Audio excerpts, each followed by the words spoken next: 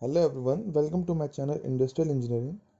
In the part 1 of MIG welding, we have learned the working principle of MIG or MAG welding. So basically, MIG is known as metal inert gas welding because we use inert gas as shielding gases and the gases are argon, helium and mixture of argon carbon. MAG is known as metal active gas welding because we use active gas like carbon in it as a shielding gas. In today's video, we are going to learn types of metal transfer and the variable which affect the welding process. Types of metal transfer. The types of metal transfer in MIG and MEG welding depends on the shielding gases being used during welding, voltage settings, and the third one, the type of metal transfer crosses from the wire to the workpiece. So the first type of metal transfer is short circuit, also known as a dip mode. Second one, globular mode. Third one, spray mode. And the fourth one is pulse transfer. It's a type of a spray transfer only. So friends, let's understand first type, short circuit or in dip mode. In this image, the 8 positions of electrode is shown. In the first position, this is the electrode and this is the workpiece, and this is the arc length between the electrode and the workpiece. In second position, the short circuiting mode starts. The current we are using with respect to wire is very low, due to which electrode melts only at the tip of the electrode, but the pinch force is not enough to remove it from the electrode. So this is our electrode and this is our droplet which forms, and this curve is known as the pinch. But the wire feeder keeps on feeding the wire towards the workpiece, and the molten tip of the electrode comes at the contact with the workpiece. As soon as it touches the workpiece, the constant voltage power source increases the current, due to which electrode starts melting at higher rate and the magnetic pinch effect acting at the tip of the electrode. The magnetic force at the pinch of the electrode withdraws the droplet from the electrode, and this droplet falls at the weld pool by a surface tension.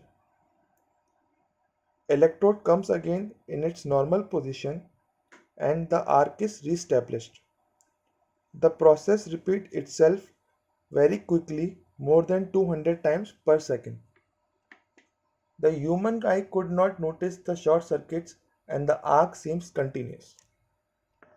Friends, this transfer mode has some advantages and its disadvantages. So the first advantage is low melting rate of wire allow welding in all positions. Short circuiting mode is good for root runs in single side welds. Good for welding thin materials. We cannot weld thick materials because of small wire diameter and low current is used in this process, resulting in low heat input which causes fusion problems. This is the disadvantages of it. It causes fusion problems. For welding critical structures like pressure vessel, bridges and naval vessels, do not use short circuiting transfer mode while using MIG process. Second disadvantage is cannot be used in critical structures. The process gives more spatter during welding. Now let's understand the use of inductance in short circuit transfer mode. Friends, as we have discussed, the short circuit metal transfer mode in which the electrode touches the weld pool. Over here, electrode touches the weld pool, causing the short circuit, and the constant voltage power source increases the current, so that the electrode melts completely from its tip and fall down in the weld pool, causing considerable spatter. So we can reduce this spatter by adding inductance to the weld circuit. The inductance will slow down the rate of current rise. The current traveling in inductance coils creates a magnetic field which creates a current in the welding circuit, opposite to the welding current. If the inductance is increased, will cause an increase in arc time and reduction in the dip frequency. This will reduce spatter to provide excellent characteristics. This is the image of modern day electronic power source which automatically set inductance to give smooth arc and metal transfer. So friends, the next type of metal transfer is globular. In this type of metal transfer occurs when the current and voltage increases beyond those for short circuiting transfer mode. As you can see in this image, the size of droplet is much more bigger than the short circuiting transfer mode. In globular transfer mode, the molten metal drop from the electrode tip can reach a diameter 1.5 to 3 times the wire diameter. This large drop of metal detaches from the electrode due to the force of gravity. As shown over here, the molten metal drops from the electrode due to the force of the gravity. The disadvantage of this type of metal transfer is that the molten metal splashes into the weld pool, causing a spatter. As you can see in this image, the molten metal splashes and it drop onto the workpiece as a spatter. This spatter can be avoided by using carbon dioxide and argon gas combination. So as we can see, the disadvantage of this type of globular transfer mode is spatter. And the second type of disadvantage of this globular mode is irregular bed formation while welding. Our next type of metal transfer is spray mode.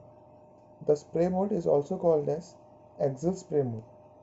The spray mode occurs only when two conditions are fulfilled. The first one, current and voltage levels are above those for globular transfer mode. And the second one, when we are using argon shielding gas mixture having minimum 85% argon composition. In this mode, the same thing happens like spray and globular mode. The droplet detaches from the electrode and drop into the weld pool via magnetic force. The droplet diameter is typically less than the wire diameter. The transfer of metal across the arc is continuous stream of fine droplets. The arc is quite stiff so that drop transfer directly into the center line electrode and into the weld pool.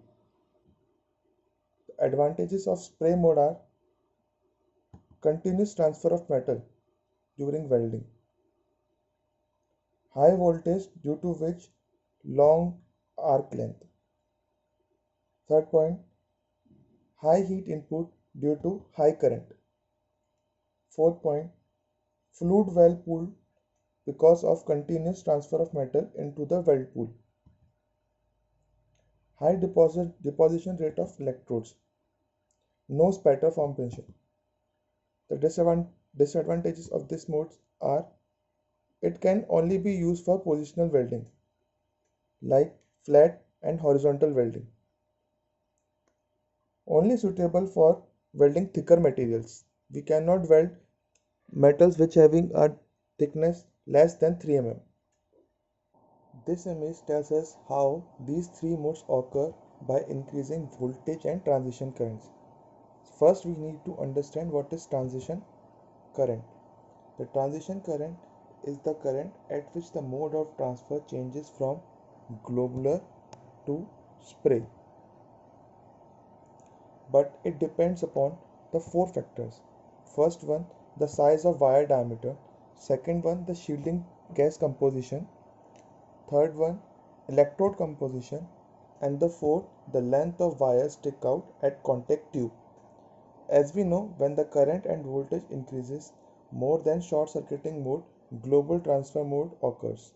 And when the current and voltage increases more than globular transfer mode, spray transfer mode occurs. In this spray mode, we have pulse transfer mode. So pulse transfer mode is a form of spray transfer only.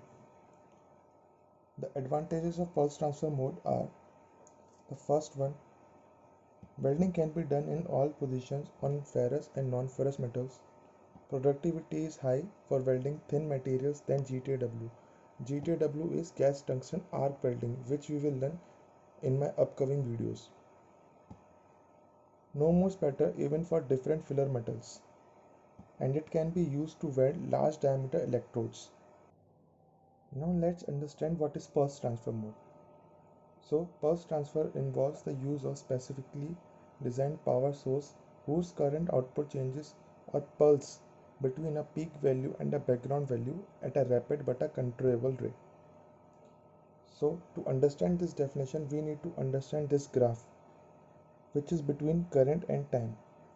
This transition current line separates the spirit transfer current range, this spirit transfer current range from globular transfer current range. IP stands for peak current, pulse peak current, and IB stands for background current. This image shows the detailed information which is happening in this graph at electrode tip. The detailed information carry 1st, 2nd, 3rd, 4th and 5th one. At point 1, when current starts rising suddenly with respect to time, at the tip of the electrode formation of droplets starts. At point 2, when the current reaches at its transition boundary, the process of droplet formation becomes faster. As you can see, the droplet size is increased at the point 2. At point 3, current reaches at its peak value, the droplet formation is complete and it is ready to detach. At point 4, current drops suddenly after reaching to its peak value. The droplet detached from the electrode and fall into the weld pool. At fifth point, current reaches back to its operating range. This process repeats itself. Background current is sufficient to maintain the arc and keep the electrode tip hot and ready to detach the next droplet during the next pulse.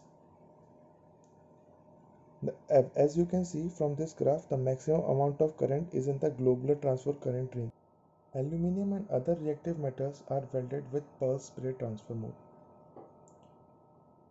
In this model world, an electronic controlled wire feeder with the real-time wire feed regulation is used to ensure wire feed speed always remain close to the set speed. Electronically controlled power pulse supplies allow adjustment of a number of pulsing parameters. These parameters are first pulse rate, pulse width, peak amperage or peak current, and last one background current. Pulse rate. So this is the graph between current and time. So in this graph, the current is increased and then become constant for some time and then it decreases. So this is one pulse. If the frequency of pulse is increased, the wire feeder speed is also increased, which in turn increases the current in the circuit so that the wire feed speed and burn off rate are continuously matched. With the increase in pulse rate, it also increases arc length and increases the heat input. As you can see from this graph, pulse width is increased. Average current and heat input are directly affected by pulse width, both increasing pulse width. But the increase in pulse width also increases arc length and the heat input.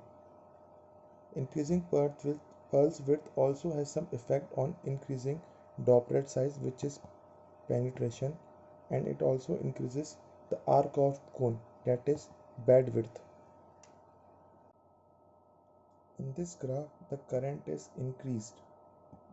Peak current must be high above the spray transfer mode. Peak current detaches the droplet and directly affect the arc length.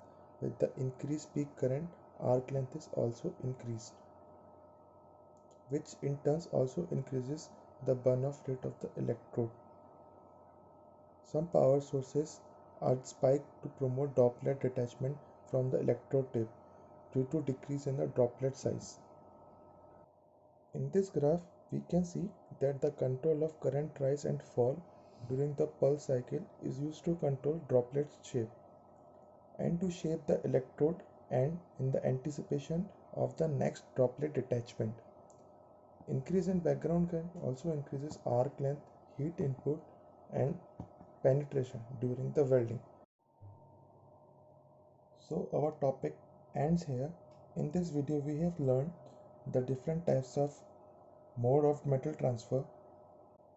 I'll be back with the part 3 of MIG and MAG welding, in which we will learn the variables which affect the process of MIG or MAG welding in detail. Friends, please like and share this video with your friends. You can ask your doubts in comment section. I will answer all of them. Don't forget to subscribe to my channel for more engineering detailed videos. Thank you friends for watching this video and showing your love and support.